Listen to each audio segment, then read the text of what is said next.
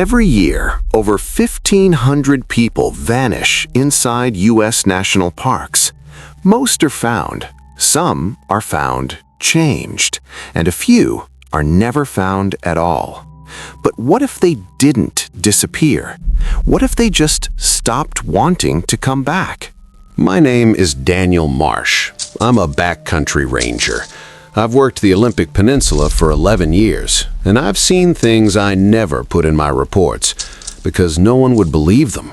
And honestly, I'm not sure I believe them myself. This is about the summer of 2019, a missing persons case that officially closed. Unofficially, it never left me. A family of 4 entered the Hoh rainforest on July 14th. 2 adults, 2 kids, 9 and 12. Standard day hike, the Hall of Mosses Loop. They signed in at 10 a.m. By 4 p.m., they hadn't returned to the trailhead. A ranger found the car still in the lot, all 4 doors closed, engine cold. The family's packed lunch still on the back seat, untouched. We launched a full search. 42 personnel, dogs, a helicopter. We found the trail easily, their footprints in the mud, all 4 of them heading inward. The tracks stopped at a creek crossing about 1.4 miles in. Not on the bank, in the middle of the creek, like they just stepped off the earth.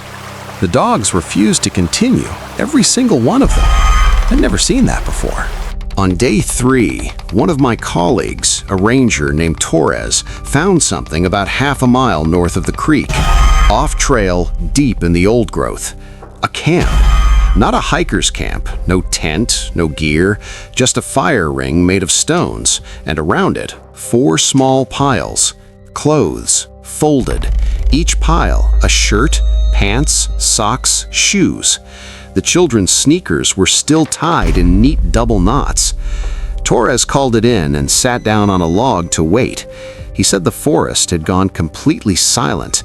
No birds, no insects, nothing. Then, from somewhere in the trees, he heard something that made him run back to the trail and never go off trail again in his life. Torres never told me exactly what he heard. He only said it was voices, or something like voices, and they were coming from above, from the canopy. Not in distress, not calling for help. He said they sounded comfortable, like people having a quiet conversation after dinner, including what he was certain was a child laughing. 100 feet up, in the dark, 3 days after they'd vanished. The family was never found. The case was officially classified as presumed deceased accidental. The clothing went to evidence, the case file went into storage. But here's what didn't go into any report. 2 weeks after the search ended, a trail camera at mile marker 7, one we'd set up during the search, captured something at 2:47 a.m. 4 figures, moving through the trees in single file, just beyond the camera's clear range.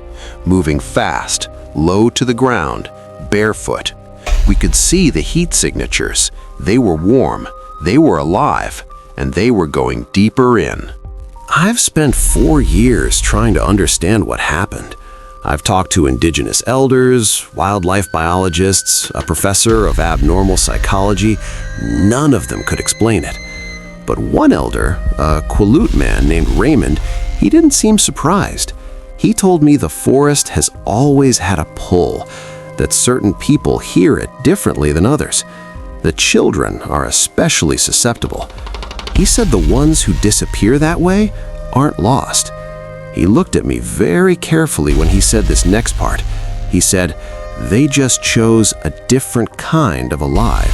Last October, I was doing a routine patrol near where we found the clothing. I wasn't looking for anything. I was almost back to the trailhead when I saw her.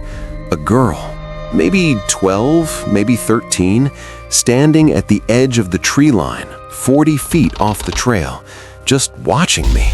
She was completely still. No jacket, no shoes. Her feet were dark with mud up to the knees. Her eyes didn't blink. She didn't look scared, she didn't look lost. She looked like someone who had just stepped outside their house to check the weather. She looked at me for a long moment, then she turned and walked back into the trees. And I want you to understand this clearly. I did not follow her. I have a rule now. I do not leave the trail. Ever. I pulled the original missing persons file when I got back. The family photo. The daughter, Emma, age 9 in 2019. She'd be 15 now. The girl I saw in the trees, she looked exactly 12, not 15, not aged at all. I've been thinking about that every day since. If you go into the backcountry, any of them, any park, and something feels wrong, trust that feeling. If the forest goes quiet, turn around. If you see someone standing still between the trees, don't make eye contact, don't call to them, and whatever you do, whatever you hear, do not leave the trail. Because some things in those woods were people once, and some of them might still remember how to ask for help.